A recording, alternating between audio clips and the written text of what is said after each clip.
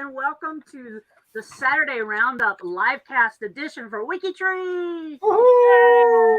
So Welcome back, Nags. We missed you. I'm so glad to be back too, and I really missed you guys. I had great fun at the conference I spoke at, and then a family reunion where 60 people turned out, and there were so many little Templetons running around that my mom was in seventh heaven. She wanted babies in her lap, and that is all she did.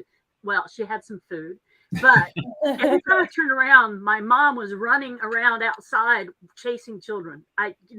That's wild. Yeah. Hey, Lynette Jester, John Tyner's here. GSL Az is here. Az got us set up with some great social media information here. We'll talk about in a bit. Let's see. Lots of people. Susie Carter's here. Good morning. June Butka is here. She says she has a photo of a Quaker wedding dress. Ooh. That's interesting. I don't know if I knew that Quaker wedding dresses were different. Christine Miller's here. Mark Lemon, Susie Carter, Victor Rose, Melody Neighbors, Debbie Root, Ancestry Rhodes is here. Soon to be hot in Atlanta. That's why they call Atlanta hot Atlanta. That's Sandy. Yeah, I know who it is. Is HH. Oh, and Jim Butka's going off on and on about Harry Potter Week. Ooh. What's that about? I approve. I'm going to be talking about the Wizard of DNA here in a minute. Yeah, his birthday's at the end of July. Harry Potter's birthday. Oh, okay. Let's see. Oh, that's right. Good call. I'm so glad he got the owl. Remember, he gets the owl saying that he was accepted to Hogwarts in the summer, in the middle of summer vacation. Just made the age right. Hillary Gadsby's here. Patricia Jackson, Crystal J. Hey, Vancouver, sunny day. Oh boy, it's early out there. Let's see. Raton Genealogy. Please like the video. Karen Stewart's here. And let's see, Lisa Gervais. Hey, Lisa. I'm home, Lisa. Catherine Bowers here. Janet Isles. Tanea Kuntz is here. Woo. Janet Isles. I said Janet. Hey, Janet. I like Janet. Janet makes me happy sometimes when I see her. She's so smiley. Patty LaPlante is here. Alex Stretnick is here. And Debbie Root. Okay. Yes. All over the place. All over the place. All over the place, these people. I have a question. Okay. Well, there is a question. There is a question. There is a question. For the week. Present my screen. Hold on a second. And I don't even have the screen ready to share. There we go. Oh. Let's go up here. There we go. And I'm going to share the window here. There we go. Question of the week coming up here. And the question of the week is, do you have any surprises in your DNA? Now, Betsy, let's go to Betsy first. Betsy, do you have any surprises in your DNA? Not yet. Not yet. Not yet. I remain to be surprised, but not yet. Now let's go to Greg. Yes. Greg, did you have any surprises in your? You didn't have any surprises, though. Truly. Well, I didn't. When I did my DNA, the only thing I knew is I didn't know anything about my DNA. But you knew you were adopted. I knew I was adopted. Yes. So that was not a shock. What's that? That was not a shock. That was not a shock. No, I knew. I don't even know. I don't recall ever not knowing that I was adopted. Like from day one, I was told that I was adopted. I was chosen to be part of this family. My sister told me I was adopted my whole life. You see. Yeah. That's a whole different. That's not. Yeah. If it's true, that's good. If it's not, that's a bad joke. I was the only blonde-haired, blue-eyed kid in the family. They all had. Yeah. They all had curly brown hair and brown eyes. I do want to show something really quick. Well, we'll talk about it. We'll talk about it. So we have 109 answers, and M. Hot voted up this one is the best answer. And this is the good one. I have a new 45-year-old son. He found his father.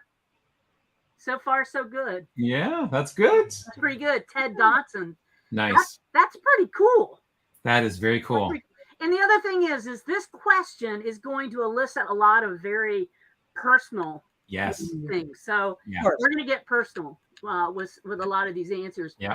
And my late husband had never had, and this is the best answer to best comment to an answer was oops.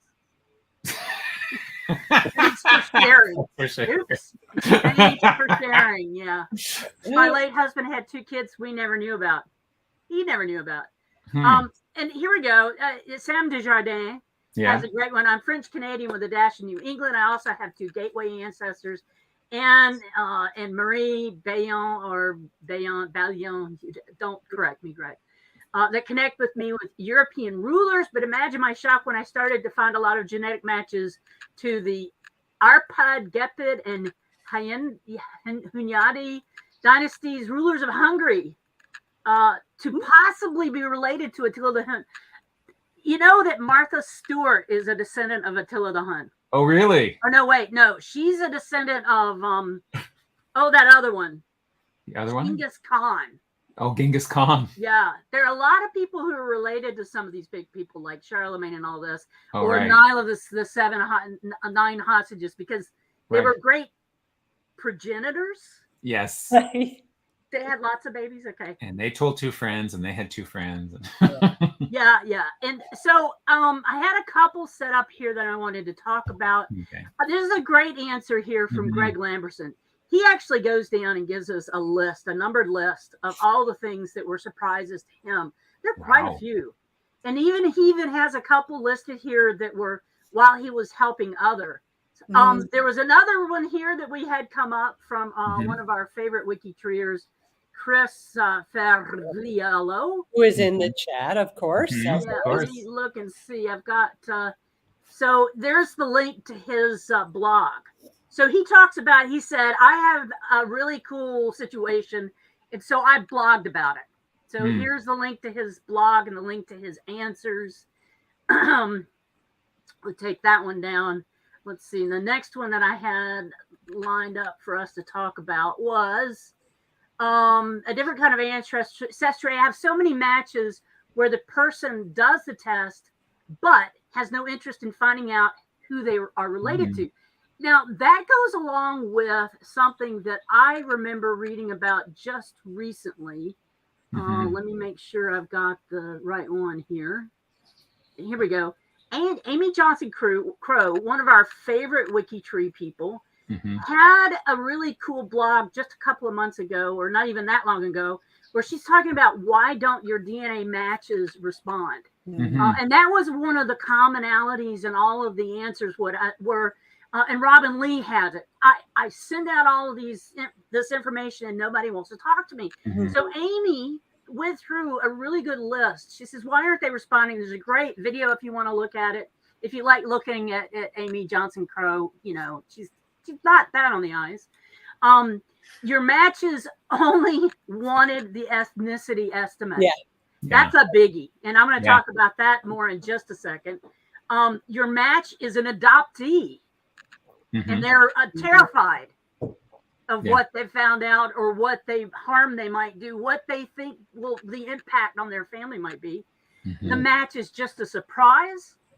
You're the person who's the surprise of the family. Your relationship isn't close enough. Oh, I have 12 centimorgan match with you. Why am I interested in that match? Your match didn't get the message. Yeah, who knows if they've even noticed that there's a little red dot up there next to that envelope on their Ancestry page. Your message didn't say enough. Now, sometimes I get messages where they say too much. That's my problem. I glaze Not over. surprisingly. And you know what I do with those kinds of letters? I copy them into Word, and then I turn them into bullet points. So that I can see. And sometimes I do what Amy Johnson Crow does with her headings there. I bold the important things so I can see what I need to see. And I guess that's giving the other tester the benefit of the doubt. So Amy Johnson Crow has a great blog up about that, which I thought was just fabulous. So check that out. And that was the link to that. And then I've got some more stuff. So, and this was Robin Lee's. I like this. Okay, Eric is giving us a nomenclature lesson. My mother is an NPE. My uncle's an NPE. Go on and on. And so Tammy Cochran says, well, Eric, what is an NPE? Probably something I should be familiar with. Well, it's either non-parental event, meaning not the father expected, or not the parent expected. Now, your mother, if you're in a situation where your mother is your mother, it's not going to be unusual. But if you find out your mother isn't your mother, it's certainly so it's the parental event, not the paternal event you're expecting. What's the next one I had up here?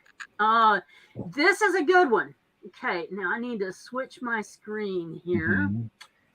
This one is, I always knew I was a mix of English, Scots, Irish. The DNA test confirmed that I would pinch of Welsh. Now, if you go to, I've got to get myself arranged here. I've lost you. There you are. Okay, so I'm going to remove that one and I'm going to share a different one. Present, share screen, and I want to share that one. There we go. So this is from one of the talks that I do, and I talk about the fact that Ancestry really has hit the ball out of the park as far as getting people to test, because a lot of us want to know what our heritage is. And I call Ancestry's hitting the ball out of the park with their marketing the lederhosen lasagna effect. We've all seen those commercials where the guy's dancing around in lederhosen, and then he takes a DNA test and he finds out he really should be eating lasagna instead. Okay. Right. We get that. But that's a very generalized term, because everybody knows that the Italians have Alps. Yes. And that the lederhosen may very well be in those Italian Alps. And I know it's North Italy, but they still may be eating lasagna. And you know what? Alice Treknick might be needing some lasagna too. That's right. Because the migration patterns went all the way. The man speaks Italian and he goes to Italian grocery stores sometimes. I do know this. So it's a very generalized view of the ethnicity estimates, which is really a misnomer, because it's nothing to do with ethnicity. That's a modern construct. What it has to do with is where your people were when a mutation happened on their genetic code.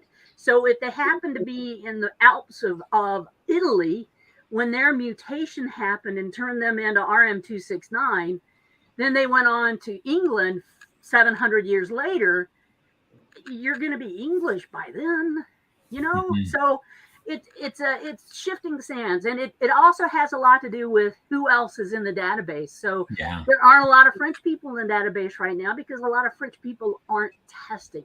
The other thing that you want to think about when you're thinking about DNA and ethnicity estimates, let me go back and find what I'm looking for here.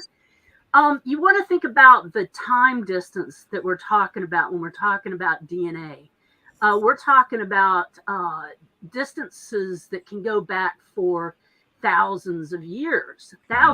So let me find it. Here we go. There we go, up here. So when you're talking about, we want to talk about within the genealogical time frame. So for autosomal DNA, for somebody that's alive today who's doing their research, autosomal DNA can take you back to about 1700s. Or to your 64 fourth great grandparents. Whereas Y and mitochondrial DNA can take you back even further to about 240,000 years.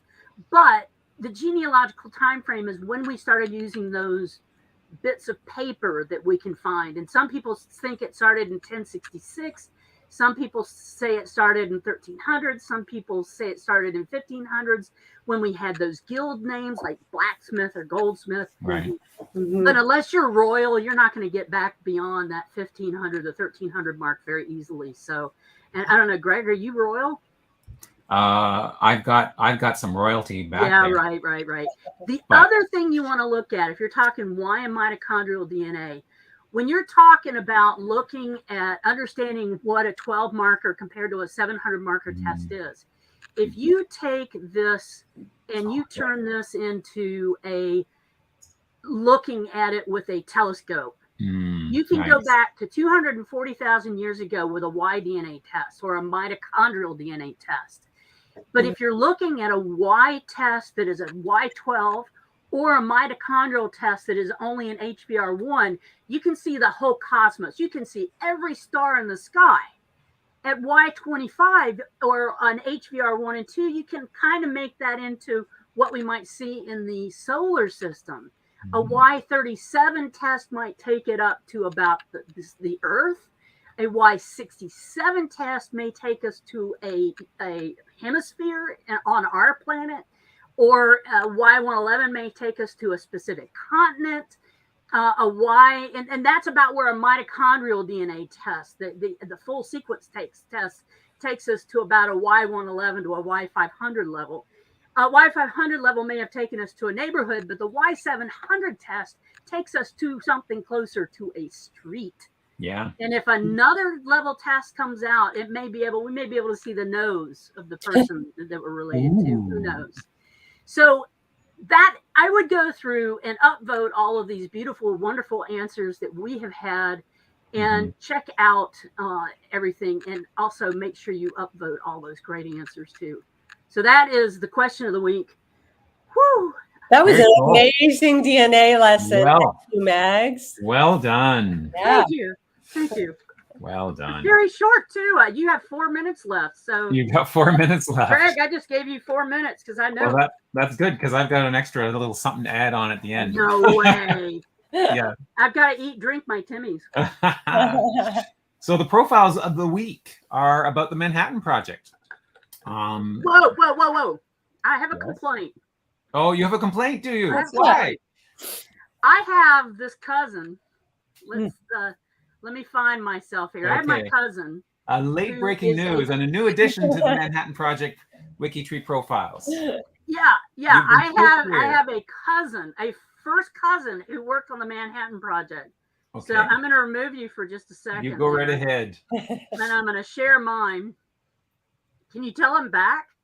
Yeah. Hey, I got 4 minutes left. I got 3 minutes left. There you go. So this is my addition to the Manhattan Project. A Galden. My very, very wonderful first cousin once removed, Mary Esther Galden Jaeger, who was a nuclear geneticist for radiation. She was a radiological geneticist who worked at Oak Ridge. Mm-hmm. She did. She and her husband both worked at Oak Ridge. Wow. She's one of the founding members of the women's movement in the United States. Mm-hmm. She won lots of awards in her careers. So just saying, she's in the category now, but I couldn't figure out why they didn't just add her, and then I realized she didn't have the category yet. So there's my addition. So see if you're connected to Mary Esther. She's Galden 51. Here. Galden 51. Okay. Yeah. Okay. You can have it back now, Greg. I can have it back now. Okay.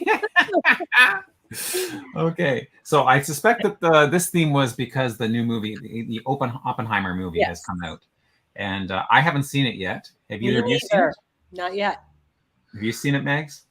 I haven't. Almost had to do the Barbenheimer while I was in the States. But Barbenheimer. Yeah. Apparently that was big. People are going to Barbie and then to Oppenheimer. Oh no! But wouldn't it be better to do Oppenheimer first and then end with Barbie? I think so. That would be my. Have your prime course first Barbie. And then end with dessert. Open Barbie. Oppen Barbie. Oppen Barbie. Yeah, it doesn't flow as nicely. No, it's not as. But anyways, yes, because of the new Oppenheimer film, that's the connections we're looking at. So the primary one is, of course. Why are you all pink?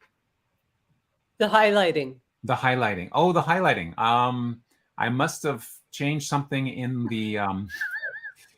It's a Barbie thing. It's a Barbie thing. There we go. That's the Barbie part of Barbenheimer. Look at that! Look at that, Chris. I think I must have been playing around with some of the styles or something. I like it. It's very eye-catching. Well, I didn't even notice it. I didn't even notice how close they are to Mary Esther. I love it.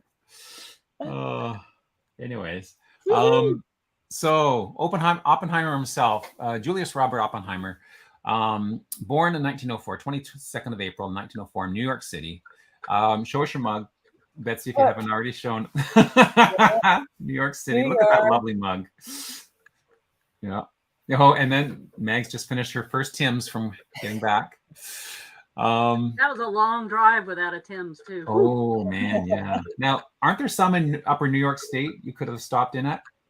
I saw one, and then I got to a point where I knew I needed to eat, and I was really getting tired. I drove 16 hours, and I kept looking for another one as I got closer and closer, and there was nothing.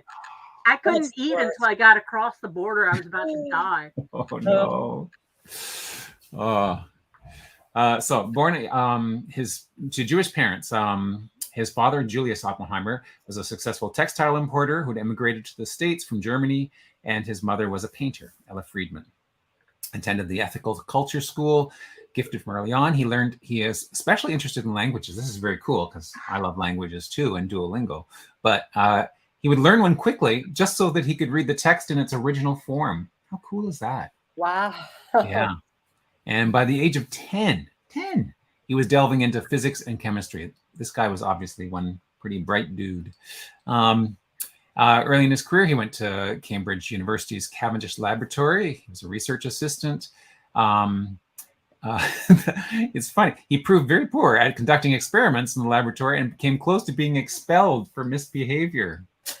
But he learned of the rising field of quantum mechanics and transferred to the University of Göttingen in Germany to study quantum physics. And there he met Max Born and Niels Bohr and received a doctorate in 27. So he was born in, again, 1904. So he got his PhD when he was only 23 years old. He was a theoretical physicist and became the director of the Los Alamos laboratory during World War II. And of course, his role in organizing the Manhattan Project. And then this first nuclear weapons during World War II led to being called the father of the atomic bomb. He got the Enrico Fermi Award from the Atomic Energy Commission from President Johnson. And when he was interviewed in 1965, he made this famous quote: "We knew the world would not be the same. A few people laughed, a few people cried. Most people were silent." I remember the line from the Hindu scripture, the Bhagavad Gita. Vishnu is trying to persuade the prince that he should do his duty and to impress him to take on his multi-armed form, and says, "Now I am become death, the destroyer of worlds." I suppose we all thought that one way or another. So that's quite sobering, that quote there. And then, unsadly, he did develop throat cancer because he'd been a long time chain smoker. Unsuccessful treatment, and passed away and was cremated. So, very bright person. Yeah.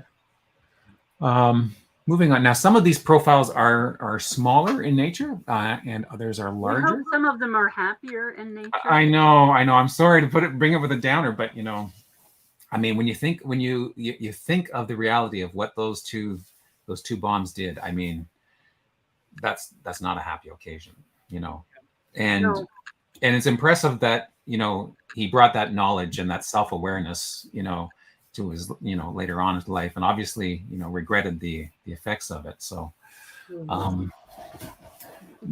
Einstein has a really interesting quote later on which kind of relates to that as well. So Luis Walter Alvarez, born on 13th of June 1911 in San Francisco, passed away at the age of 77 on the 1st of September 1988. He got his PhD in physics from the University of Chicago. He's known to have worked on the Project Manhattan during World War II. Notable physicist and inventor. He won the Nobel Prize for Physics in 1968 for a new invention, the liquid bubble chamber, which allows scientists to take millions of photos of particle interaction during experiments. That's kind of a fun name for an invention, the liquid bubble chamber. What's really interesting, he helped his son Walter develop a new scientific theory called the sudden extinction theory. They were in Italy, in Gubbio, Italy, and discovered a clay strata, so like a layer in the clay. And here's a picture of him and his son looking at the layers of clay. And there was one layer that had iridium, which is a radioactive material, had higher levels of radiation than the levels around it. And so they indicated an impact, like from meteorites, happened during that layer that was captured in that layer there. And so that may have killed off most of the life on Earth. So up until that point, extinctions were all thought to be just slow and gradual, like Darwin's theory of evolution would suggest. So that's kind of cool. Niels Henrik David Bohr, RFE. I'm not sure what the RFE stands. Obviously, it's an award that he has, but I didn't look that up. Anyways, he's a Danish physicist. He received the Nobel Prize in Physics in 1922 for his work on the atomic structure and quantum mechanics. So if you ever took a science class or ever had to teach a science class, then you will know about the Bohr model of the atom. In fact, when I got to, I had to teach a grade 9 science class in my first and second year of teaching. Even though math was my specialty, you know, they just slot you in where, you know, if they need a science teacher, a math teacher is a good substitute because they figure you've taken some science courses. Especially physics, yeah. But the grade 9 class, science class is at least in Ontario, is a smorgasbord. So there's a little bit of physics, there's a little bit of chemistry, there's a little bit of biology. So it's sort of a sampler, and then you can specialize when you get to the higher grades. So in the physics part, the first lesson is just basically an evolution of the model of the atom, you know, and you know whatnot. So to make it a little more interesting, because it can be pretty dry, I actually had different outfits, and I dressed up as each of the scientists in history, and then explained my model. Then went into the back room, changed, and came out again, and tried to put on fake accents. And no, really. I wanted to take high school science. Luckily, this was before smartphones were invented, and no one videotaped it. I drove past, and I was driving. I would have taken a picture for today. I drove past the Oconee nuclear power plant, and their water tower has the atom design. It's around it. It's actually a steel structure that goes around it. So neat. I wanted to take a picture, but I was driving. Oh, very cool. Anyways, he was born in October 1885 in Copenhagen, son of Christian Harold Lawrence Peter Emil Bohr and Ellen Adler. And his Wikipedia page, of course, has a lot more details about that. But he was a member of the Manhattan Project, and I think he has the best name. I know. Niels Bohr. Niels Bohr. So hopefully he wasn't boring, or my portrayal of him. No. Well, I'm sure your portrayal of him was not. I think I sounded more like. Wear your costumes today. Yeah, that's right. No, they're long gone. I think when I portrayed him, I sounded more like the Swedish chef from the Muppets. I like to cook the food. Yeah. Anyways, Vannevar Bush is our next one. Cousin of mine, 9th cousin 5 times removed. Born in 1890 in Everett, Middlesex, Massachusetts. Died at the age of 84 in 1974. Son of Richard Perry Bush and Emma Linwood Payne. So he had this nice table here from the census, and he married Phoebe, and there's a list of their children. He was the head of MIT from 1919 to 1938, president of the Carnegie Institute, and head of the Office of the Scientific Research and Development and National Defense Research Committee, big long name, which is the group that administered the Manhattan Project, which developed the atomic bomb in World War II.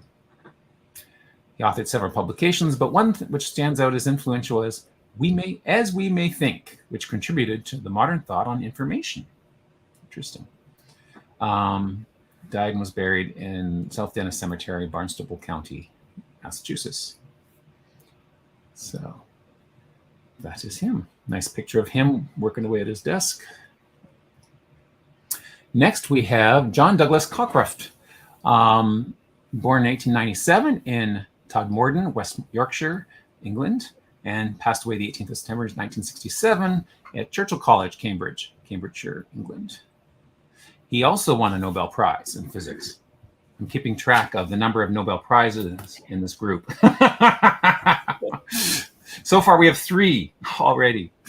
Oh, wait a second. Did your cousin win a Nobel Prize, Megs? No. Okay.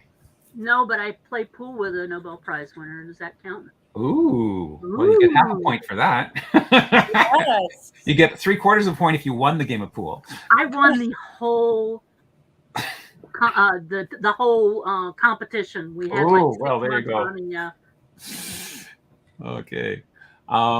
He was a British physicist. He worked with Ernest Walton and shared with Ernest Walton the Nobel Prize in Physics for splitting the atomic nucleus, and was instrumental in the development of nuclear power. Eldest son of a mill owner and his wife. And again, a short bio on WikiTree, but more in Wikipedia.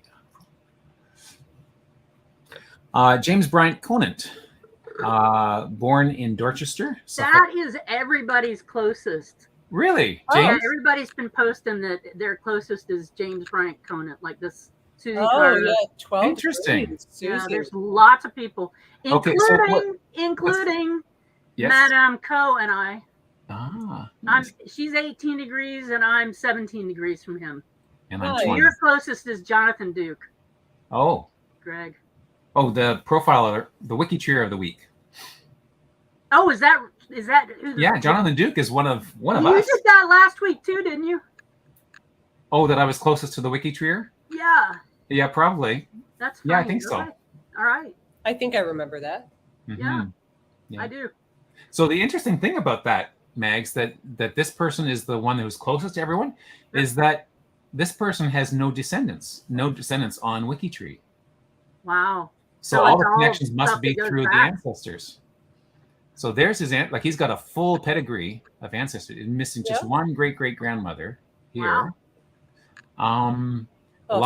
Someone's got to get that second great grandmother. Yes, come on. Really? Okay, 1700s in Massachusetts. There was records back then, weren't there? Wow. He's my direct ancestor. Oh, he's your direct? How can he be direct? It's all green is what I'm saying. Wow. Oh. So he's my 13th cousin. Wow. Oh, but your MRCA is up here somewhere. Above him, right? Yeah. Oh, yeah. Right. Margaret Cheney Sandys and William Sandys.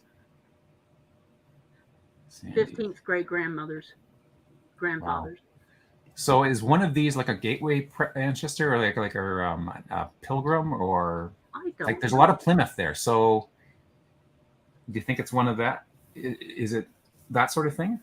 Maybe. Pilgrim. Here we go. The ones who landed at Plymouth Rock, those are pilgrims, right? Yes. Pratt, Washburn, Chettle, Allen. Rachel Allen is a name I know.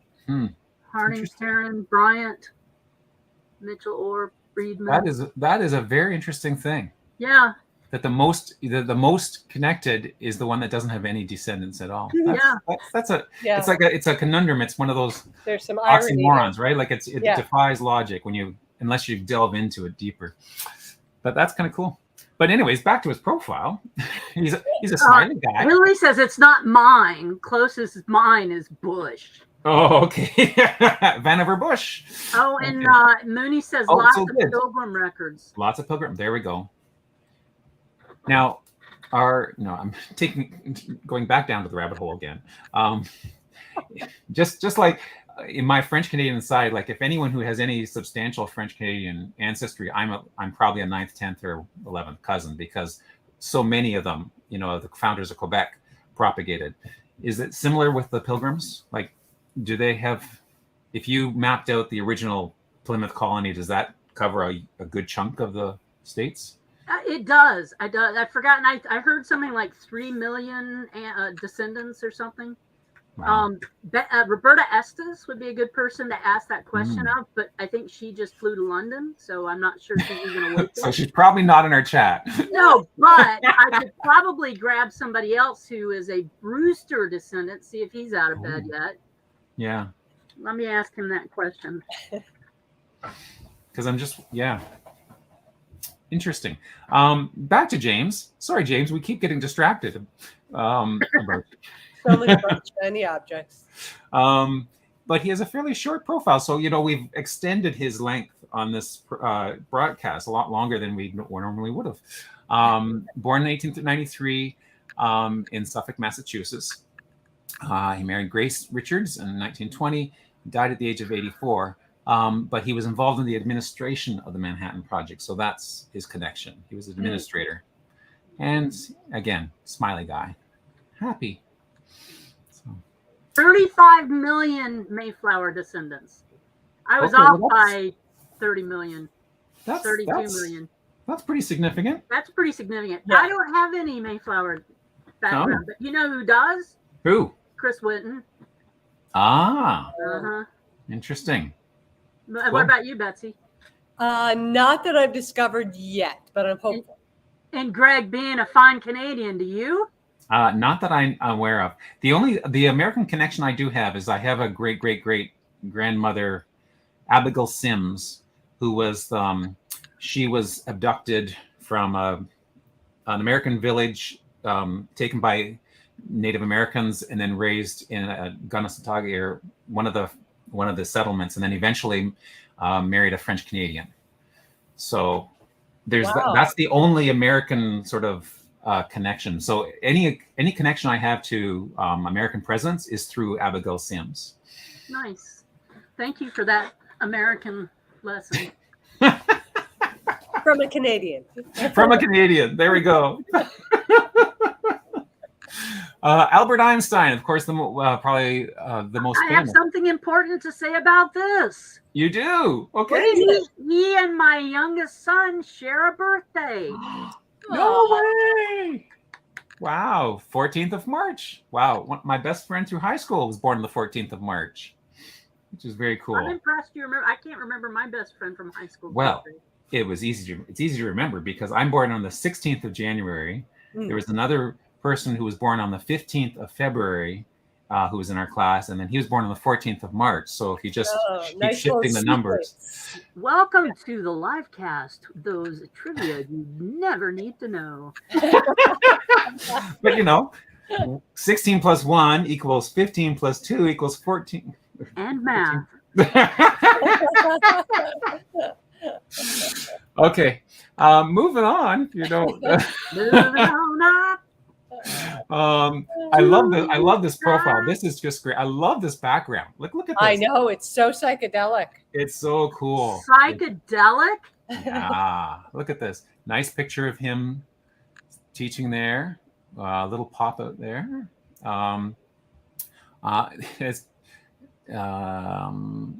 His children, wife. Oh, Charlie Chaplin with them. Did you know that one of his kids lived in my hometown? Ooh, that's not in the profile. Albert Einstein Jr. lived in my hometown. Neat. Yeah. Well, of course. So of course he's most famous for the theory of relativity equals mc squared, the mass energy equivalence, developing quantum mechanics, of course, and his work, of course, changed the Newtonian view of the world. Relativity and quantum mechanics form the basics of modern physics, and he contributed to the philosophy of science. He won a Nobel Prize, check, in 1921 for his That's 4 now? 4, yeah, we're up to 4. Yep. For his services to theoretical physics, and especially for his discovery of the law of photoelectric effect. So what's kind of cool, so at first he was born in Germany, then his family moved to Italy. He continued school in Switzerland. So he lost his German citizenship at that time, became a Swiss citizen in 1901. He didn't find a teaching position right away because he became a teacher. He was trained as a teacher of math and physics. Very cool. So he worked in the patent office. In 1905 was his Annus Mirabilis, which is the year of miracles, because he published 4 papers. The photoelectric effect was one of them, which he got his Nobel Prize for. Also one on Brownian motion, one on special relativity, and one on the mass energy equivalence. So all of these led to his later discoveries and what things he's known for. the one paper on photoelectric effect is the one he got the Nobel Prize for, because they didn't give him the Nobel Prize for his theory of relativity because the Nobel Committee couldn't understand it. But they could understand the photoelectric effect, so they gave him the prize for that, and then the next year sort of kind of apologized. They studied up so that that's right. Yeah, they went back and got some schooling. They got some schooling, but I think that's just hilarious. Yeah, you're so smart. We can't give you the prize because we can't understand what you just said. That's the mark of a genius. Exactly. Then eventually, at one point, so then he did go back. He went back to Germany and was a German citizen for a bit. But then in 1933, Hitler gained power. The situation of Jewish citizens deteriorated. He renounced his German citizenship for his political reasons, emigrated to America, and was accepted an offer at the Institute for Advanced Study in Princeton, New Jersey. And then he wrote a letter to U.S. President Franklin Roosevelt, which eventually led to the establishment of the Manhattan Project and the U.S. development of the atomic bomb. So even though Oppenheimer is called the father of the atomic bomb, it looks like the letter from Einstein. Albert Einstein created the structure to create the bomb. Yeah. Yeah. So that's interesting. He took the oath of allegiance in 1940, so became an American citizen, but he still maintained his Swiss citizenship.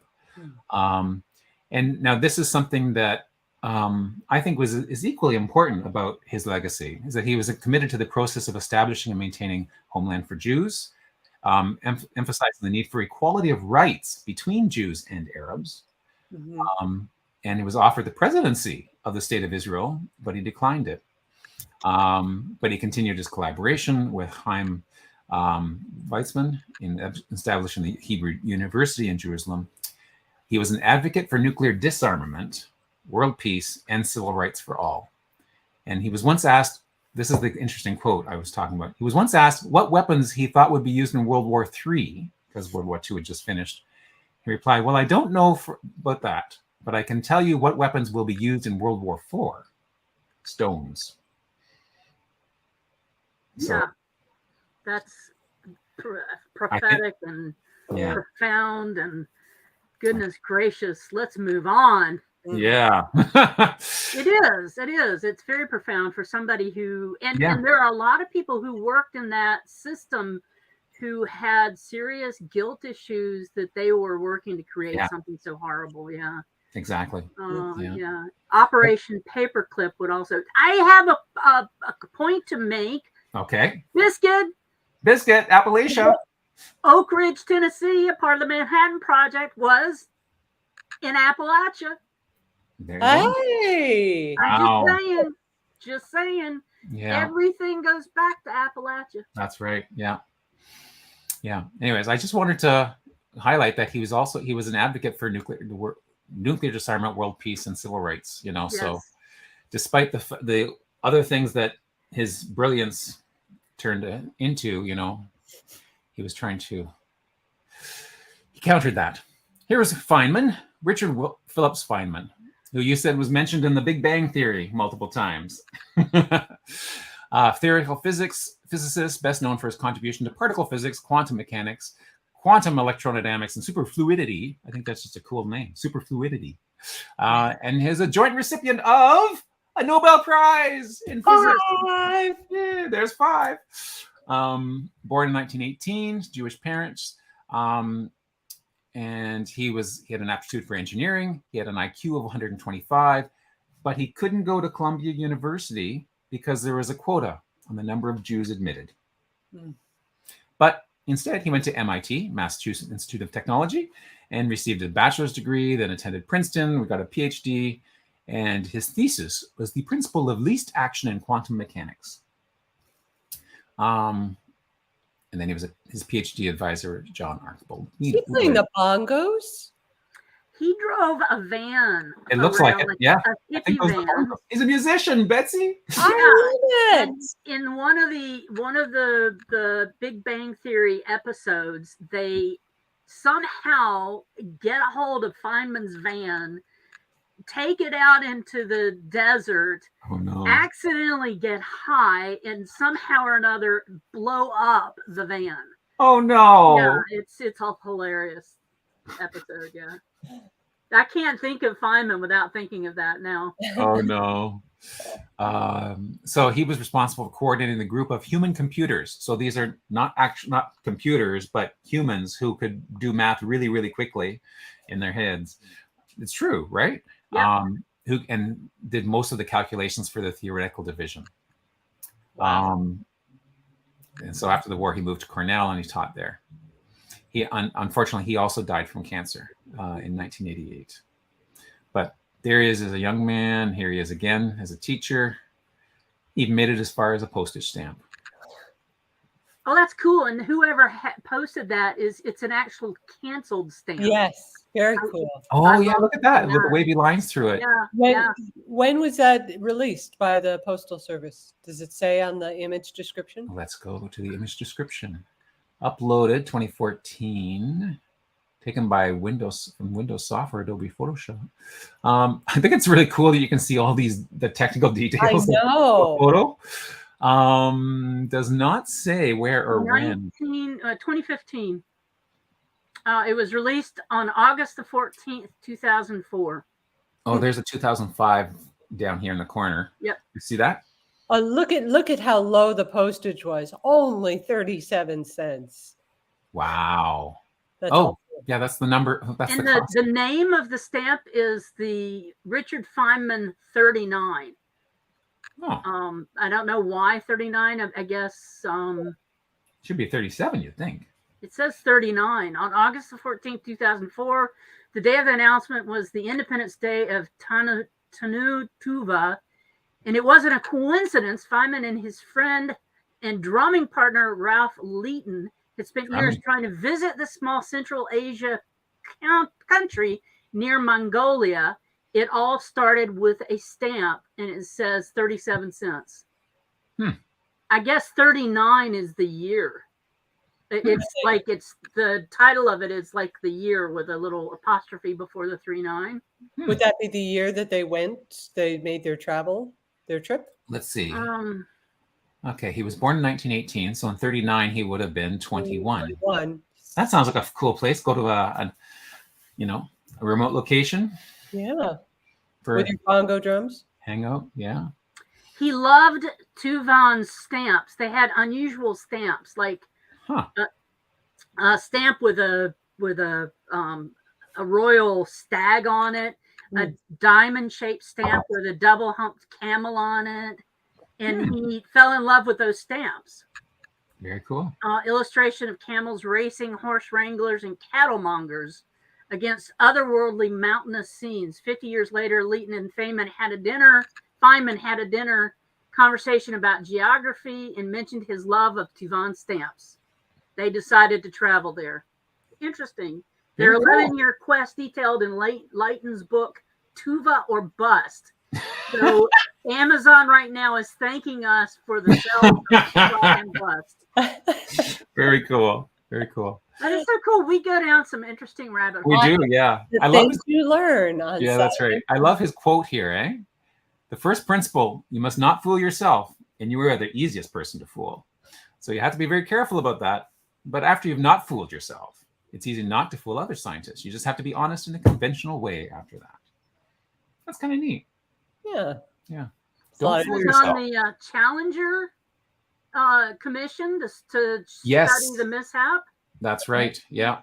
He demonstrated the disaster was probably due to O-rings becoming less resilient. Yes. Yeah. And that was what it was. Yeah. That is so cool. That is neat. Yeah. Next we have, I guess I'm really up close and personal. Isabella Helen Lugowski Carly, born 1921 in Detroit, Michigan, to parents from Poland. Her father painted numbers and letters on trolley cars. It's cool when the profile gives you like that specific detail about, what they did. Her mother ran a restaurant and worked for the auto industry. She got married in 1942 and had 3 daughters. She was interested in chemistry as a young girl and was inspired by the biography of Marie Curie. But she was told chemistry is not appropriate field for women. Now, if Marie Curie was already a legend by then, how could they say that that was not an appropriate career for? Like, that makes no sense. I know, but consider where she was growing up. Like not all places were as like evolved in their thinking. Yes. Oh, I'm like, not evolved. You mean they were still working with stones? I'm sorry. Got her bachelor's in chemistry from University of Michigan, went on to earn a PhD. I should be keeping track of how many PhDs we have here too. That would be more fingers than I have. Yeah, that's right. All of them. Worked for the Manhattan Project, joined the Naval Research Laboratory in 1946 with her husband. Her husband won a Nobel Prize in chemistry with the mathematician Herbert Hauptmann. She was not named as a recipient of the prize, though she participated in much of the work. And her husband hoped that the honor would be extended to his wife. So I'm going to put her down as a Nobel Prize winner because she did the work, but typically did not get the credit. 6. Yeah, that gives us 6. So we have 11 PhDs. Oh, you've been counting the PhD, yeah. At least. Yeah. Before the prize-winning work. Or 12 if you count Mary Esther. Yeah, there we go. So the Nobel Prize was for the X-ray crystallography that helped them examine the molecules. What was that word? Crystallography. Okay. Crystallography. Yeah. Just like photography. That's a hard one to get the right accent on. Crystallography. Yes. You have to put the emphasis on the right syllable. Yes. But it was interesting. So the work, it was actually Isabella's work that drew attention to the usefulness of this whole crystallography thing. And it's those molecules that it exposes that were toxins and antitoxins. So there's the ramifications in bacterial infections, malaria, heart ailments. So lots of good stuff came from that. And crystallography was used in the early work to identify the structure of nuclear DNA. Excellent. There we go. So another DNA connection. Cool. Yeah, everything connects to DNA. Everything does. So very cool. Just 2 more. Really? Oh no. William Jacob Knox Jr. Did you guys finish before 11 last week? Oh, not even close. No. Not even close. Okay, good. Not at all. Okay, but to be fair, I was not responsible for all of the rabbit holes in this section this time. You are always responsible. No, you. Well, so Mags, what we did last week is we did double profiles of the week. Greg did the profiles that we missed during Connectathon weekend and the ones of. And you still got done before 11. No. Well, it was 11 like California time. What were you doing, Greg? You were doing something. What were you doing right now? Anyways, William Jacob Knox was an African chemist. He was one of the African-American scientists on the Manhattan Project and the only African-American supervisor for the Manhattan Project. Born in 1904 in New Bedford, Massachusetts, earned his bachelor's degree from Harvard, obtained his PhD from MIT, became a professor in the chemistry department at North Carolina A&T College. A&T? What's the A&T stand for? Agriculture and technology. Something in technology. Okay. Met and married Edna. They had 1 daughter together. He became the head of the Department of Chemistry at Talladega College, a historically Black institution. And he joined a team of scientists at Columbia University, known as the Manhattan Project. And he's credited for nuclear research of gaseous diffusion techniques used for the separation of uranium isotopes. His efforts in the development of uranium contributed to the development of the atomic bomb. After the war, he joined the Kodak Company in Rochester, New York, as a researcher, and he has 21 patents in his name regarding the application on surfactants in the photogenic process. He was a founding member of the Urban League of Rochester, which helped fight social injustice, and a member of the Rochester Housing Authority, the Council of New York Commission Against Discrimination, and the New York State Advisory Committee, the Federal Commission on Human Rights. Passed away in 1995 at the age of 91. Agricultural and technical. There we go. Yes. Thank you, Tania. Or Tanea. I think, Megs, you said that. So she did. Yeah. Yeah. And the last one is Sheng Jung Wu, born the 31st of May, 1912. In, I don't know what that name translates as. The place name? Let's see if the bio says that she was born 1912. Doesn't say. Anyone know? My guess is somewhere in China, but I don't know. Yeah. Anyway, she was a Chinese-American particle and experimental physicist who made significant contributions in the fields of nuclear and particle physics. She's been referred to as the First Lady of Physics, the Chinese Madame Curie, and the Queen of Nuclear Research. Pretty cool titles. She was born in 1912, obtained her PhD at the California Institute of Technology. I think there's a typo there. Technology. She worked on the Manhattan Project, and during the Manhattan Project, she worked at Columbia University, helped develop the process for separating uranium metal into the U-235 and the U-238 isotypes by gaseous diffusion. After the war, she became an associate professor at Columbia and became the first woman to become a tenured physics professor in university history. Hey, Greg, I got your location there. You can pronounce that for us there. Chaikang Suzhou, Jiangsu, China. Oh, you make me sick. Thank you, Victor. Thanks, Victor. I don't know. How close was that? It sounded perfect to me. I don't know if you offended everybody. I don't know what you said, really. Well, I probably couldn't say it again, but there we go. And her expertise in experimental physics evoked comparisons to Marie Curie, hence her nicknames. And there's a work here. There we go. Very cool. Is that it? That's it for the profiles of the week. Okay. So I'm going to take a break. Take another sip of my TARDIS of coffee. All right. Well, we're wrapping up July, and we've got 3 ancestors to celebrate. I have one of them is mine, and so I'll kick off with him, Clarence Orville Nichols. He's one of my first cousins, a couple of times removed. And I thought 2 things I always thought was cool when I was working on his timeline is that he lived in 2 places where I had ties. For a time as a young man, he lived in Providence, where I went to college. And then most of his adult life, he lived in Westchester County, where I grew up. He was a little bit north of where I was. But the very, very cool thing about him is that he built furniture.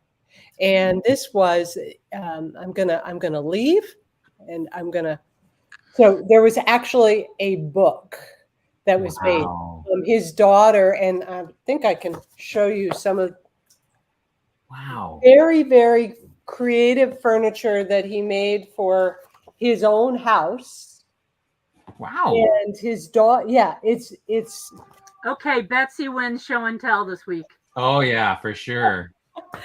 After he passed, his daughter had 32 pieces of his furniture, and she donated it to the New York State Museum. Nice collection. Yeah, and that's a question we get a lot as genealogists. What are you going to do when you're done? Yeah, you know, when you leave these earthly bounds, what are you going to do with your stuff? And that's a great idea. Leave some heritage to a museum. To a museum, yeah.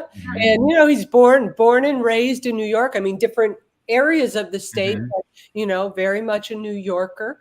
And so his connection to July was that he died on July 30th. I was seeing if I had someone on my anniversaries list who coincided with today, but his death anniversary is tomorrow. Cool furniture. Yeah. Nice. Then we go to John Anderson. His I think John was the one who posted. Yes, John Anderson. This is his paternal grandfather. Also 21 degrees for me. And he died. Yeah, there you go. Yeah. He died July 17th by falling off a roof. And so his profile picture, he fell from a granary. Here's the newspaper clipping. John's father was 3 at the time. Wow. And saw it happen. And the story was the toddler, he started laughing because he had never seen his father not be in motion. Really heart-wrenching. For a split second there, you said for his profile picture, right after saying he fell from the barn, I thought you were going to show us a picture of him mid-flight. Oh, no. And I was like, no.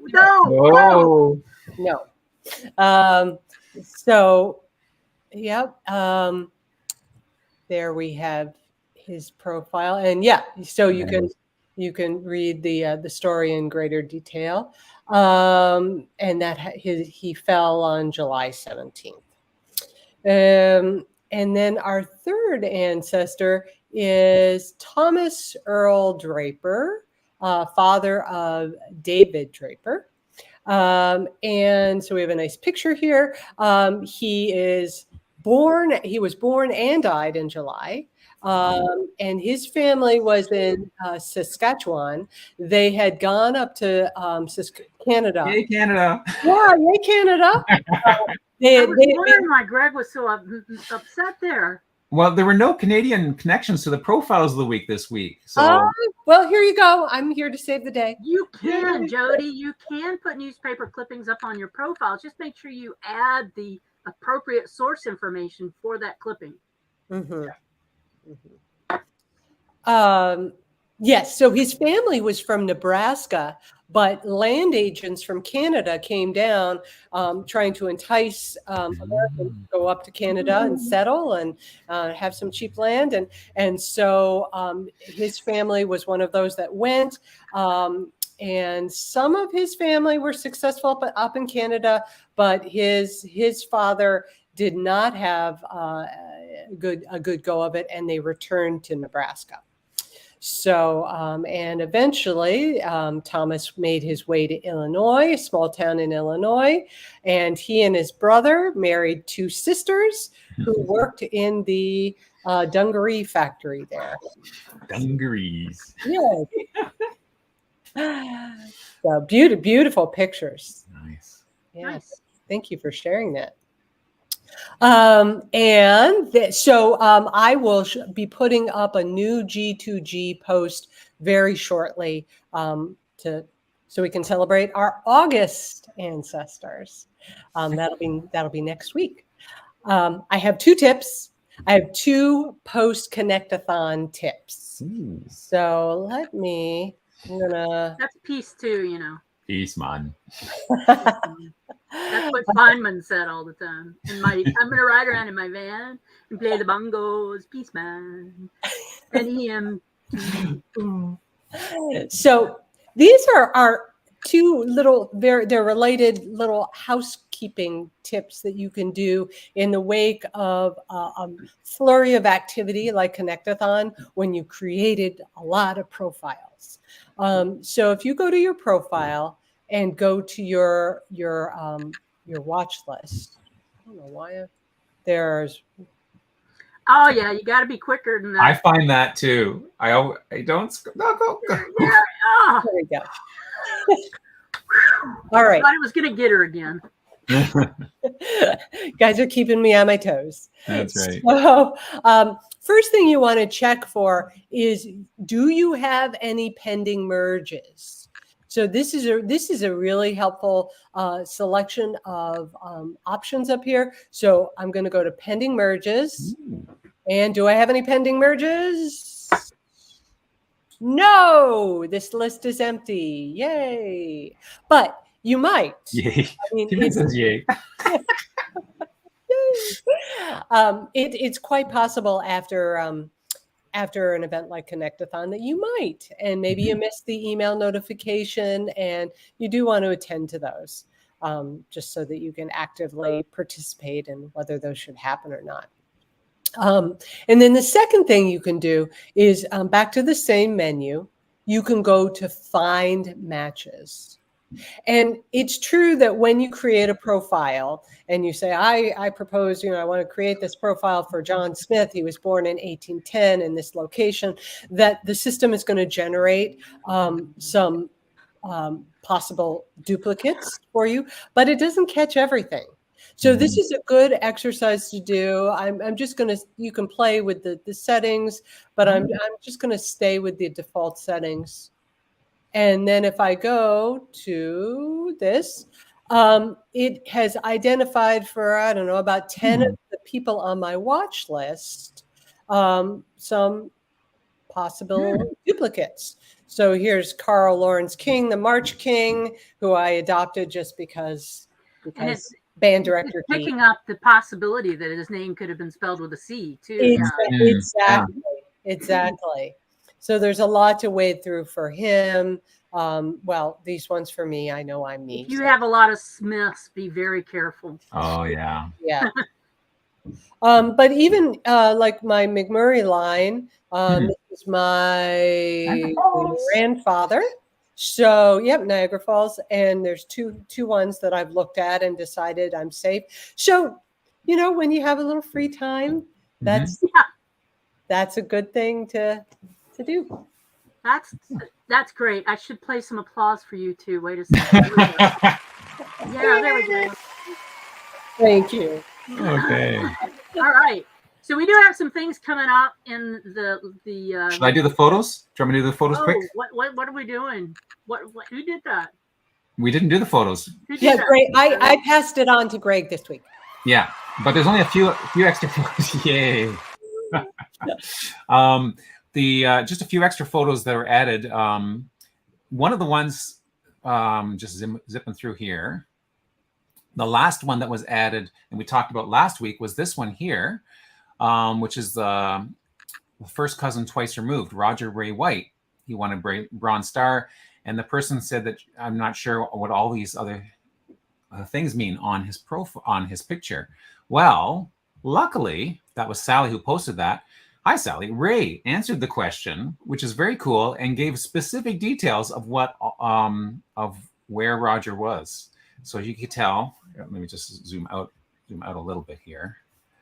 He was an enlisted man, the Field Artillery Branch. You can tell that from the hat and the collar. Qualified on 3 weapons and basic training. Couldn't read the bars attached to the marksmanship medals, but could tell those were the top possible medals. Could tell that the marksman badge, the different qualifications based on how many targets they hit. Like, this is very cool. All this extra detail that Ray was able to give to Sally about. I love WikiTree's collaboration. Isn't that amazing? That is amazing. That, to me, that looks, it's decoration, and I'm sure they mean something, but I would have no clue what they were or where you'd even find that out. But we obviously have experts who can dissect it and give you specific details of their career based on that. That was a big word, dissect. And Sally obviously appreciates this too. It would have taken me a long time to find out that kind of information. Yeah, indeed. Awesome. Then we have, this is a really cool picture. Look at this one. Oh, wow. Look at that. Can I zoom in? Make it bigger. Let's make it bigger. Bigger. Come on, bigger. Open image in new tab. Look at that. I gotta put. Wow. Are they on? What are they on? Camels? They are on camels in Egypt. That's the Sphinx in behind them there. Isn't that wild? Okay, so here's the story. Yeah. This is my great-grandmother's brother, driver William John Campbell, New Zealand FA. I'm sorry, but the way you say Campbell sounds like camel, and so I just thought that was something I was Campbell. Camel. There's a B in there. The Campbell on a camel. With his best mate from home, Jack Hay, having their photos taken in Egypt in 1916. They were part of the Anzacs there with the New Zealand Expeditionary Force. Uncle Bill served in Gallipoli before this photo was taken, and then afterwards in the Battle of Somme, Messines, and Passchendaele.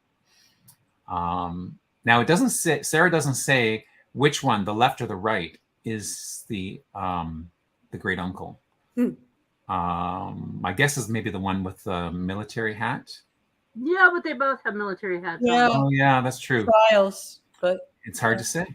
But that's look a cool at that. picture. On camels in Egypt with a Sphinx in the back. That is so cool. Yes. And it's before the Sphinx was excavated. Oh. It was excavated down to a point, and then later the excavation continued. I think there's sketches of Napoleon where it's only the head that was sticking out of the ground. Neat. Yeah. So David Draper, who does the 15 tours, 15 countries. No, that's David Randall. David Randall. Okay, so sorry. David. Anyways, David Draper thinks this is cool. I think so too. Yeah. And then we did have another picture that was added to the Free Space page by our own John Tyner, his grandfather. And where is the Commodore? I think it might be right at the end. Refresh. There you go. There we go. Here he is. Air Commodore Walter Hutton in RAF, Royal Nice. Airport Force. Royal Airport Force? Airline. I'm gapping on what the anyways. It's the flying, the flyers, the pilots. Anyways, that's his grandfather. Nice. From 1945, the picture was taken. And Sandy says, cool, it's Irish John's grandfather who was awarded a CBE. Isn't that cool? Yes. Yeah. That's so great. Yeah, I think I touched on him in the rock wrap up from and but I hadn't seen the picture. Very nice. And John earlier in our little session here was talking about how you rocked and how he rocked and how he got rocked. He got rocked. He was rocked. And Sandy, Sandy just commented. So let me just give a quick shout out, because this Friday at noon, I think it's at noon, I'm going to be on the Friday Night Bingo, and we're going to be talking about some more apps. I'm going to show off a new app that I created, which is the X Family Tree app, which allows you to shows off how you're descended from just your X chromosome ancestors and what your X chromosome could be made of. And there's two views of that, a probability. So the larger pieces are the ancestors that are potentially mathematically more likely to have given you part of your X chromosome. I said bingo, yes. But if you go to the random simulation, you can see, and you can randomize it, you can see that, I mean, DNA is just wildly crazy. So you can see that you could have just little snippets of one ancestor or none at all. In this case, Joseph Desiree Labonte is totally shut out. So anyways. Greg, how do I find it? Do I go under apps and find? Under tree apps. It's one of the new, it's now on the list of tree apps. You go to the X Family Tree. Okay. And I'm also going to do a quick update of the fan chart because there's a new feature. And on that, one of those is the ability to add badges to your fan. So you can add. So I made a category for all of my ancestors who are alive and should be in the 1931 census. And so all these ones that have this red badge on them are people I should look for in the census, because I put them in a category already. So you could also use this as tags for DNA. You could say, this is like, you could help identify people that have all the matches to that. Yes. You could run that through with what you have already on leads or over on Ancestry's tags. Yeah. Yeah. That's so cool. the badges come from any categories or stickers that you have on a profile. So it reads through all the categories or stickers that are in this group of ancestors and makes those as options in your thing. Now, I should say there is a bug in the Safari version of this. The badges don't work yet. This is a new feature I just added last week to the fan chart. And I found out because our good friend WikiTree, Murray, who's a Canadian, from Collingwood, just 2 hours away from me here, just that direction. He actually has been very good about putting together a free space page, which we're on about all of the features of the fan chart, and it's there. There it is, right there. And so he's gone through and given a how-to guide on all the different features of the fan chart. He's done an amazing job. Thank you, Murray. He is fantastic. Another Canadian, yes. But he's not only just putting the words and the pictures together and stuff, but he did a lot of testing. So he's found some of this issues. So I will have that resolved by time we bingo again with Sandy. So, yeah, I got the bingo link up. You guys grab it. Yeah. Yep. Thank you, Murray. What Thank a you, great Murray. help. Oh, he is fantastic. Yeah, he's brilliant. Anyways, I'm going to put a link to that fan chart help page there. And that's all I have to say about that. That's all he has to say about that. There's the link to the fan chart. Oh, Azure was trying to beat you to it. She added That's funny. You're so fast, but man, I think Greg already had it cut and pasted. There's lots of stuff going on coming up. Greg was talking about bingo coming up. So there's also some discussions going on about standardizing navigation boxes, adopted children succession disambiguation. If you have a comment about that, you can go in there. The Wiki Games, the first ever Wiki Games are coming up, and I believe that somebody in this chat has a big deal to do with that. The inaugural Wiki Games start in just a few weeks. The goal of this 3-day event is to make our tree fuller, stronger, and better connected, while also having some fun and making some new WikiTree friends. WikiTree Challenge 12 is coming up. This time we partner with the Cambridgeshire and Huntingdonshire Family History Society. Woo, that's CHFHS. Are you sure about that? Yeah. And then what's happening around WikiTree? We're going to go out and catch that wascally rabbit that we've been chasing all day. So Aon has this great list up for us that goes through the end of July, which we're Saturday roundup right now, the 29th. But Bio Builders, we've got other things coming up. And if we pop over to, let's see, I have it. There we go. If we pop over to the social media page, there we go. We can see Az has some great stuff. So if you're in social media and you want to share the WikiTree love, you can pop over to the Ambassadors Project and then click on the social media tab about 3/4 of the way down. And you'll see all the great links, and she's got this pre-formatted. All you have to do is grab it and stick it into the app that you like the best, and you can send this information out to everybody. So we love that Az gets that together for us. Let's get down to this week. Anyway, these are the posts that you should do every week. So we've got a lot of stuff coming up. Greg's going to be on bingo, and we're going to be back here again next Saturday. And if you're watching us, go back and rewatch this 5 or 6 times, because I think you're going to miss stuff if you don't. We like that you're here with us, and we love having you hang out with us every Saturday morning at 10 a.m. Yeah. Can I announce the 5 people who are going to get rocked? The 5 WikiTrees? I don't think so. No. What? Because this is breaking news.